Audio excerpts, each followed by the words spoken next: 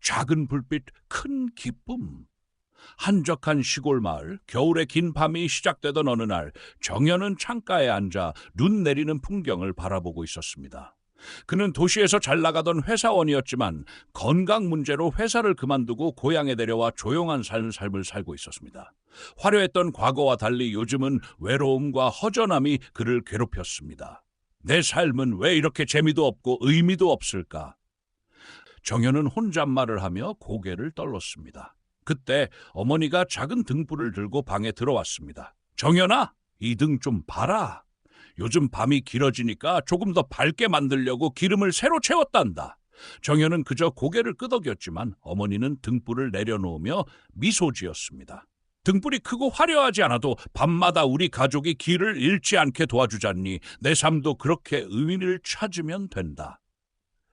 어머니의 말은 정연의 마음에 작은 울림을 주었습니다. 그는 그날 밤 시골집의 작은 마당을 돌며 오래된 나무와 담장을 비추는 등불의 빛을 보았습니다. 작고 흔한 등불이지만 그 빛이 없었다면 온 마당은 깜깜했을 것입니다. 며칠 후 정연은 동네 아이들에게 작은 모임을 열어주기로 했습니다. 그가 만든 간단한 손전등을 나눠주며 아이들과 함께 어두운 밤길을 탐험했습니다. 아이들은 손전등 하나에 눈을 반짝이며 즐거워했고 정연은 그들의 웃음 속에서 오랜만에 따뜻한 기쁨을 느꼈습니다. 그날 이후 정연은 스스로를 조금씩 바꾸기 시작했습니다. 그는 매일 작은 불빛 같은 일을 하기로 결심했습니다. 동네 어르신들을 돕고 아이들에게 책을 읽어주며 그의 하루는 더 이상 무료하지 않았습니다. 비록 화려한 삶은 아니었지만 작은 불빛이 어둠을 밝혀주듯 그의 삶은 점점 더 따뜻해졌습니다. 이야기의 메시지.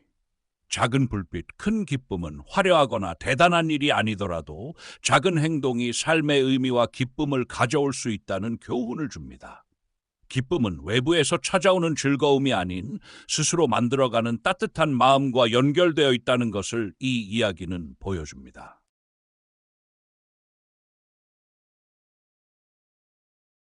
하얀 운동화. 어느 작은 시골 마을, 초등학교에 다니는 민주는 항상 낡은 신발을 신고 다녔습니다. 학교 운동장에서 친구들이 새 운동화를 신고 뛰어노는 것을 볼 때마다 민주는 작아진 신발이 불편했지만 티내지 않고 꾹 참곤 했습니다. 민준의 집은 가난했지만 가족은 서로를 아끼며 열심히 살아가고 있었습니다. 아버지는 공장에서, 어머니는 농사일을 하며 바쁘게 지냈습니다. 어느 날 민준이 학교에서 돌아왔을 때 어머니가 수줍게 웃으며 작은 상자를 건네주셨습니다. 민준아, 이거 받아. 내가 그토록 갖고 싶어하던 새 운동화야. 민준은 깜짝 놀랐습니다. 상자를 열어보니 새하얀 운동화가 들어있었습니다. 흙길을 걷는 일이 많은 시골에서는 쉽게 더러워질 신발이었지만 민준은 그것을 보고 눈이 반짝였습니다. 엄마, 정말 고마워요. 하지만 이거 비쌌을 텐데요.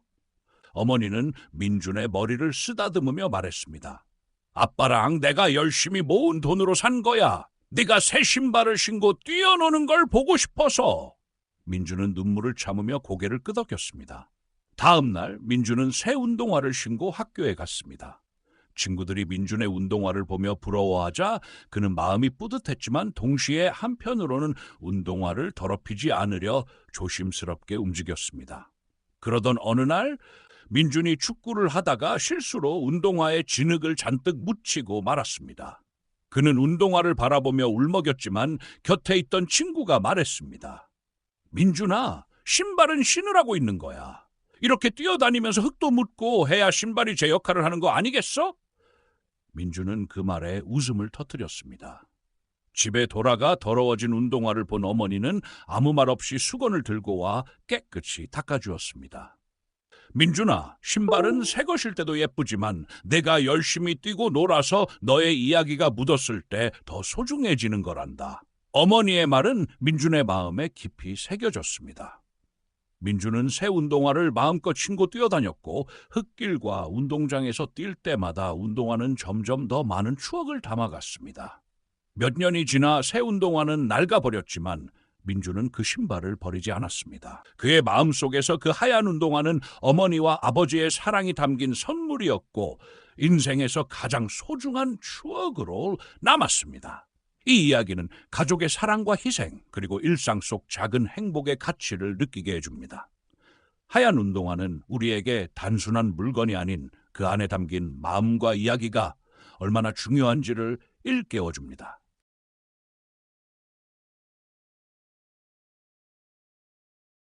가방 속의 편지.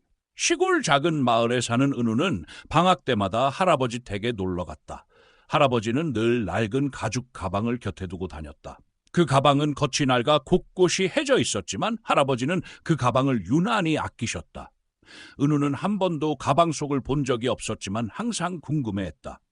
어느 여름날 은우는 호기심을 이기지 못하고 물었다. 할아버지, 그 가방엔 뭐가 들어있어요? 할아버지는 미소를 지으며 가방을 꺼내왔다. 이 안에는 나의 마음이 담겨 있단다. 가방을 열어보니 안에는 편지들이 빼곡히 들어있었다. 봉투마다 누렇게 빛바랜 종이가 담겨 있었는데 하나하나 할아버지의 정성스러운 필체로 적힌 글이었다.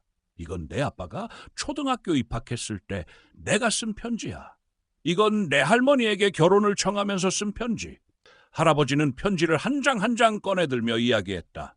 어떤 편지에는 여행 중에 보고 느낀 것들이, 어떤 편지에는 잊지 못할 순간들이 담겨 있었다.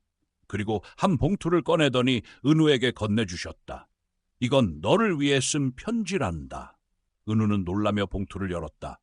편지에는 이런 내용이 적혀 있었다. 은우야, 내가 태어난 날 난 얼마나 행복했는지 모른다. 내 작은 손을 잡으며 내가 이 세상에서 가장 소중한 선물을 받았다고 생각했단다. 언젠가 네가 힘들거나 외로울 때 이 편지를 읽어주렴. 넌 혼자가 아니야. 내 곁에는 항상 가족이 있고 내 이야기를 들어줄 할아버지가 있단다. 사랑한다, 내 손자. 은우는 눈물이 핑 돌았다.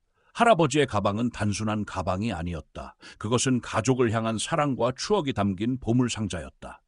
그날 이후 은우는 가방 속 편지를 함께 읽으며 할아버지와 더 많은 시간을 보냈다. 할아버지가 남긴 이야기들은 은우의 마음속에 깊이 자리 잡았고 그 추억은 은우가 어른이 된 후에도 오랫동안 간직되었다.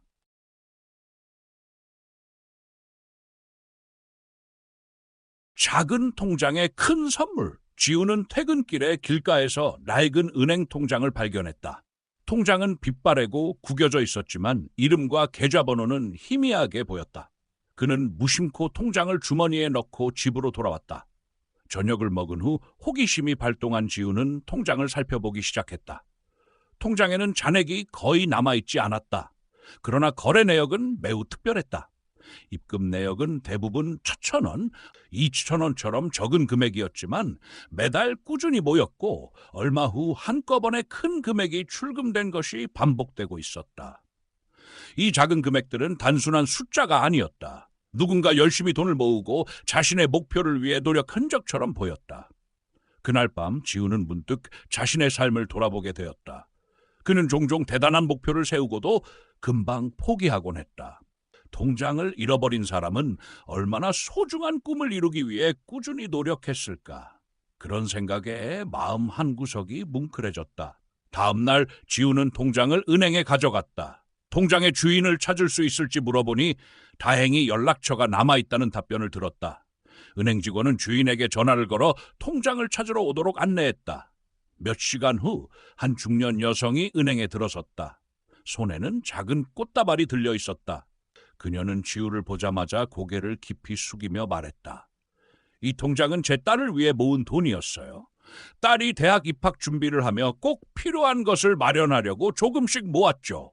그런데 얼마 전 길에서 잃어버리고 말았어요. 이렇게 다시 찾게 해주셔서 정말 감사합니다. 그녀의 눈가가 젖어 있었다. 지우는 자신이 도운 일이 얼마나 큰 의미를 가졌는지 깨달았다. 그리고 그날부터 지우는 매달 작은 목표를 세우고 성실히 노력하기로 결심했다. 자신에게 주어진 시간과 기회를 소중히 여기기로 한 것이다.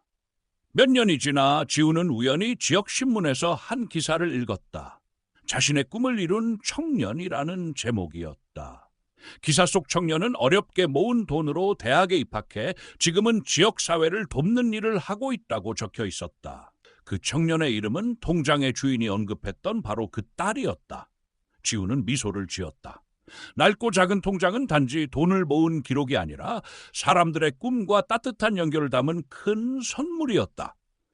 이 이야기는 작은 선회가 얼마나 큰 변화를 만들어낼 수 있는지 보여줍니다. 당신에게도 마음을 따뜻하게 할 작은 계기가 되길 바랍니다.